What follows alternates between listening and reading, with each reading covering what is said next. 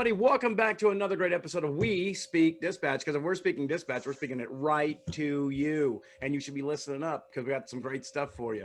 So today, we got some special guests here. We got Leslie over there. Hi, Leslie. How goes Southern California? It's awesome, as always. As always. And Jill, how goes your world over there? My outdoor studio is doing well. I'm hoping the rain holds off. Outdoor studio, look at you. And I'm from our international headquarters right here in our office. So, and our special guest today, Alex, tell us a little bit about yourself.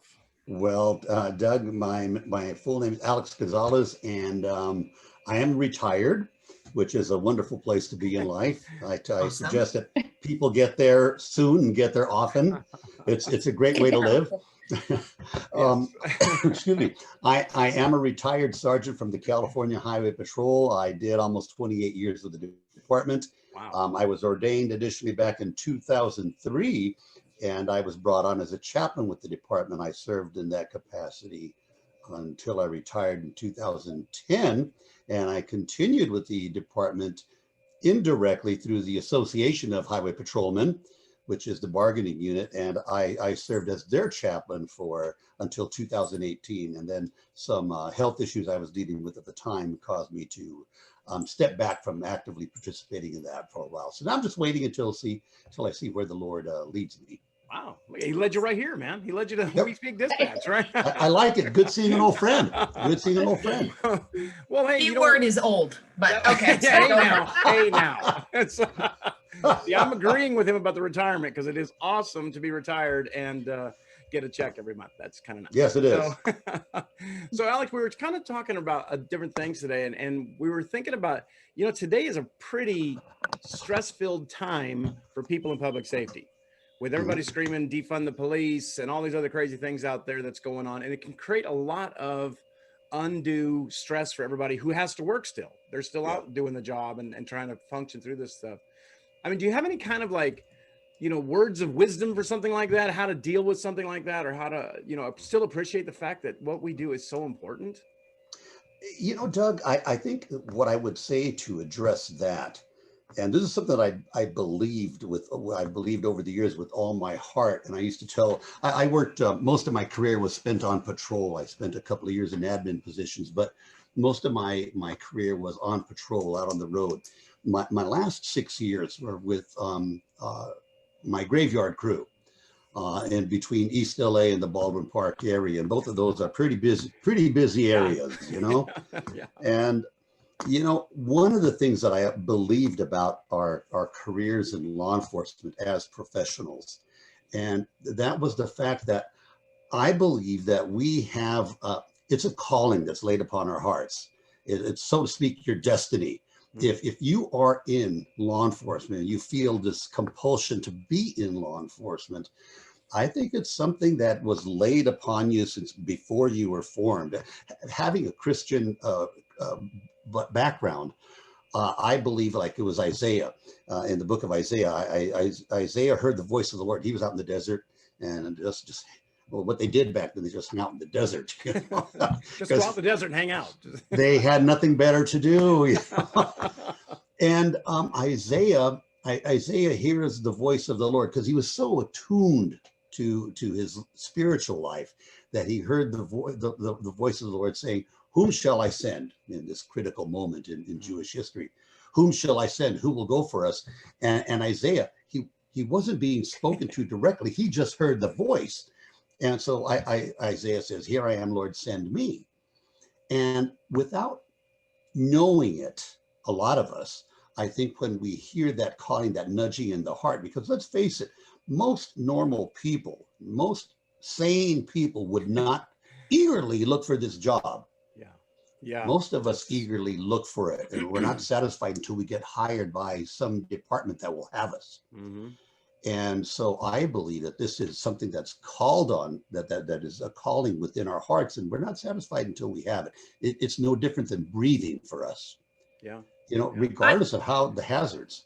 And I totally agree, because I think for most of us on this podcast and the people who are listening, when we did get hired and we got into the job and we felt like, okay, yes, this is where I'm supposed to be. Mm-hmm. And I think sometimes the disconnect is we've got that pure service approach to the job, but then the politics and the administration and some of the parameters of government work sometimes get in the way. And I think that's where that identity, subordination comes from, because we come to it with this very pure, genuine want and desire to be a part of something bigger than us.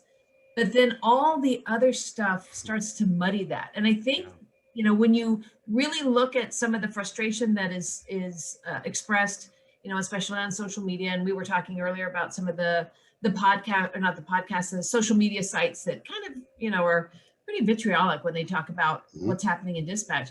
I think it's very often not necessarily the act of the job, because we do want to do it. It's all the other baggage that comes with it. And, having, if maybe Alex, is there a way that we can separate that and really get back to that pure heart, that pure approach of, this is where I'm supposed to be. I got to disregard all that other stuff that's happening. Yeah. One of the things that I encouraged my troops all the time, and I believe this with all my heart too, and I think this is where the Christian law enforcement professional, whether it be dispatch, whether it be sworn personnel, people in the office, because that stigma applies to, I think, everybody in law enforcement. You're one of them. Yeah. But I remembered this from an old pastor friend of mine who used to remind us all the time you work for the applause of an audience of one. I used to think that was so good, because if you're doing this job, whether it's indoors or out of doors, there's going to be, like you said, Leslie, that those outside voices, those external forces that are going to be playing on your brain, on your heart and soul. And what is that called? The daily drop of corrosion. And it can be very wearing and damaging to the spirit of the individual. Yeah. But I think if we keep in mind that we're not doing it we're doing it for the greater good. Okay, that's the official party line, that we are doing it for the greater good. But if we keep in mind that because of the calling that's been put on our heart, we're doing it for an audience of one.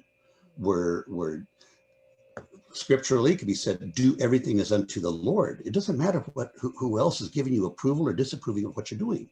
But I think if you know in your heart that you're doing the right thing for the right reasons, for the right source, then I think you have a means of combating that daily drop of corrosion that might come from politics, that might come from the community, that might come from your superiors. And I think that'll be an excellent tool to put in your arsenal in order to help protect your heart and soul from those kinds of corrosive issues.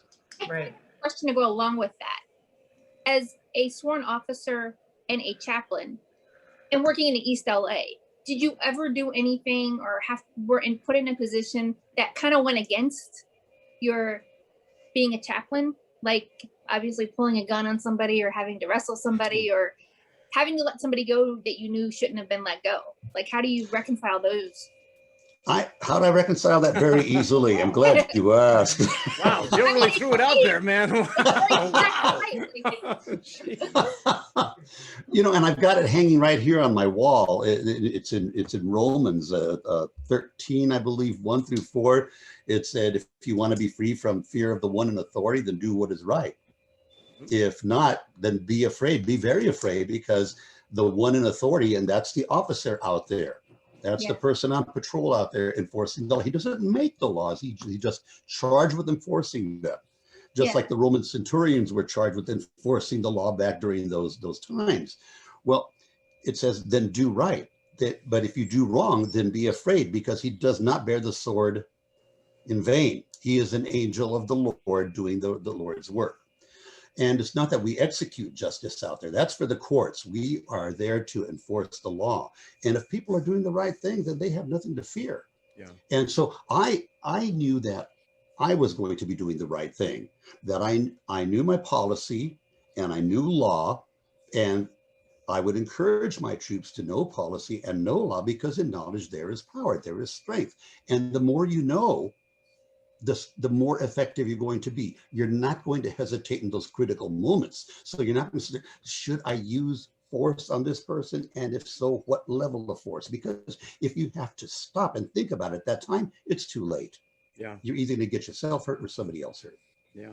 And I think it's so important to surround yourself with people who have the same positive outlook or Christian outlook, or, you know, whatever that support system is. So when the tough situations present themselves, and they're going to, whether it's in the field or in the center, that you've got somebody that you can turn to and talk to and reach out to or touch base with, and really have those conversations. Because I think one of the other challenges of this job is sometimes you feel incredibly isolated because we're not encouraged so much, maybe more now than we were before, to talk about these things. So I think just having a conversation and knowing who you can go to will re-energize you and keep you on that path when those hard things happen.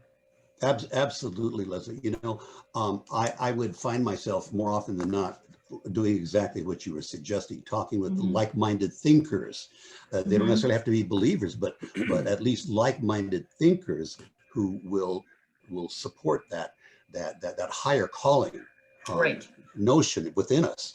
Because they have it. Maybe they haven't formulated it, or maybe they just haven't developed it to the same extent that a Christian believer might, but they feel like this is something that I have to do, and I am doing it for the right reasons because I believe in a higher order of things. And so that's why they're doing it. And the FBI chaplain, Stephen Davis, said that everybody has a spiritual life. In some people it's developed and well developed. In others, it's undeveloped, but it's there. Yeah. Right. Wow. Yeah. I mean, and I try to always tell, when I'm traveling around the country, I always try to tell dispatcher that I'm a big believer in fate. I think you're in those seats answering those calls for a reason. And, you know, people save lives all the time by doing CPR with people on the phones and stuff like that. And they forget it because they get so hung up on minutia stuff that's occurring, and they're not thinking you're still, you know, people are walking around the streets because of what you do. And that's such a powerful thing people forget. And it's just easy to forget in these times where people are streaming about this and that. And, you know, you're feeling all this heat from the world, and you're kind of like, you forget what you're doing. And that's why I try to remind people all the time of the impact that each one of us have on our communities or whatever we have out there. So, I mean, I definitely appreciate the fact that, you know, we try to like tell people to reach out and talk to each other and have conversations. And that's the thing I kind of like wish they would have had a bigger chaplain program in the Highway Patrol when I was there, because we dealt with so many terrible things. I mean, hell, I've known 6 or 7 officers been killed, and I'm like, you go through the situation and you kind of just move on from it, and there's no kind of like, holy cow, let's not deal with that situation, let's walk away from it. And I think a lot of people, you know, just the chaplain, and Alex, you mentioned it, where you know, they don't necessarily have to be believers, but they have to be like-minded thinkers. That sometimes it's, oh, the chaplain program, that's not for me because I don't go to church, or the chaplain program's not for me for all of these different reasons. And I think, you know, as we start to really address emotional and mental and spiritual wellness in this profession, that, you know, the chaplain program is much broader than just the Christian faith. Yes, that's absolutely part of it, but it can be more than that. And if you've got, you know, talking now to the podcast audience, if you've got a chaplain program or have somebody that you can talk to, reach out to them and find out what help they can provide you, because you may not know that you need the help until you take that first step. And I think, Alex, that's a huge issue that a lot of maybe people have, is they have this reluctance or this uncomfortable feeling of how to approach it.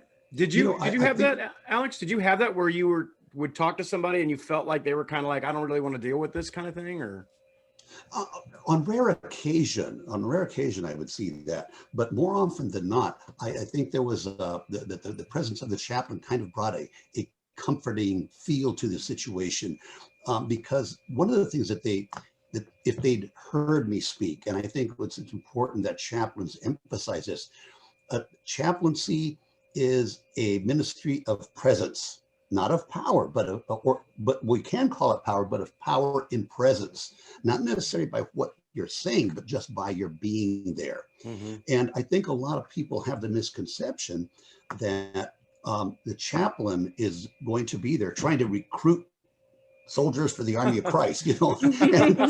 Yes. Wow.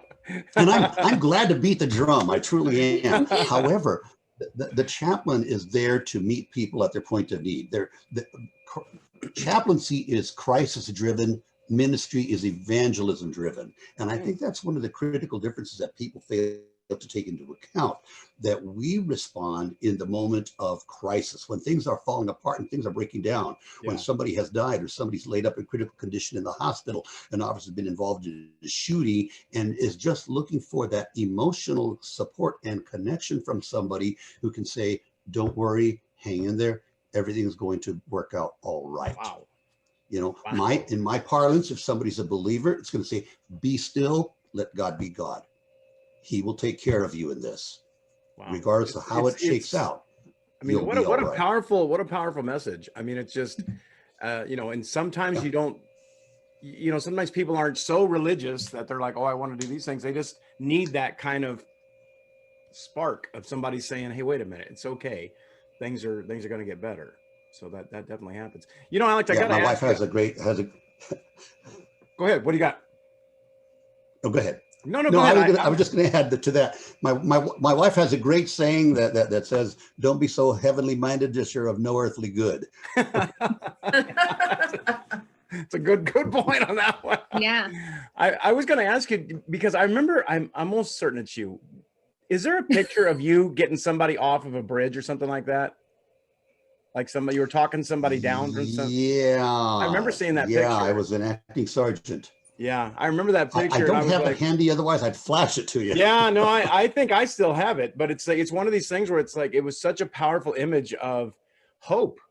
You know, it was like, I can help you with this thing. And it just, when I remember seeing that picture and Sergeant Briggs from CHP San Francisco with the Golden Gate Bridge and Kevin Briggs. Yeah, we were talking about both those pictures one time, and I'm like, just seeing these pictures was just an ultimate sign of hope. Like, there is something, you're here for a reason. And I just thought that was such a powerful picture. Yeah. And I don't know if you thought about that picture at all, but I mean, every time I see that picture, if I come across it, I'm just like, man, that is such a hopeful picture to see that kind of thing.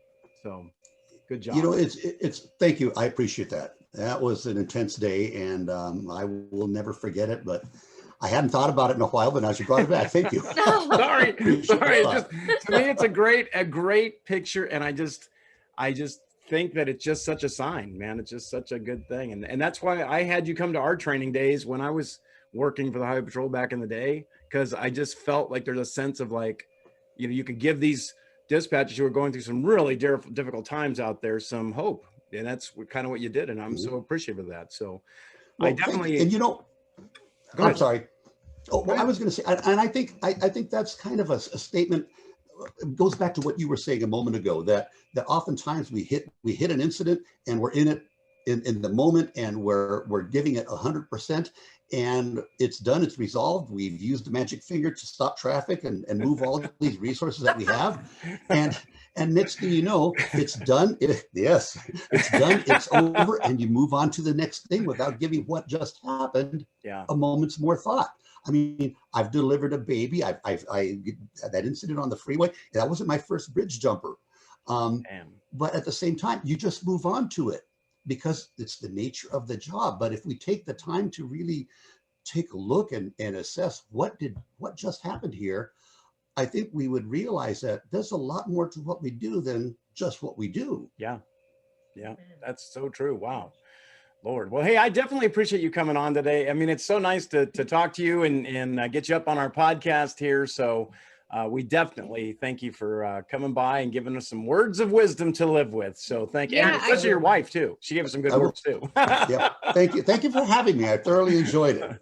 I hope our listeners listen to this and pull out some of the great messages that you had. Yeah, I'm sure they will. I'm It sure was they some will. great messaging So- that you had. So All right. So, hey, if you want to join us on the next broadcast of We Speak Dispatch and be like Alex, be in one of our boxes here, just join us. Send us an email at wespeakdispatch@gmail.com or visit us up on Facebook, Instagram, Twitter, whatever you got out there. YouTube, we're on these too. And we're on every single podcast you could think of. And right now, we just clicked over to 20 countries are now listening to our podcast. So 20 different countries are listening to this thing. So that is we're so thankful to everybody listening. So thank you very much, everybody. Thanks, Alex. Thanks, you guys. Have a great rest of the day, everyone.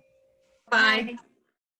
Hi, this is Courtney, and you've been listening to another great episode of We Speak Dispatch, proudly sponsored by our friends at Zybex. 911, what's your emergency? 911 emergency.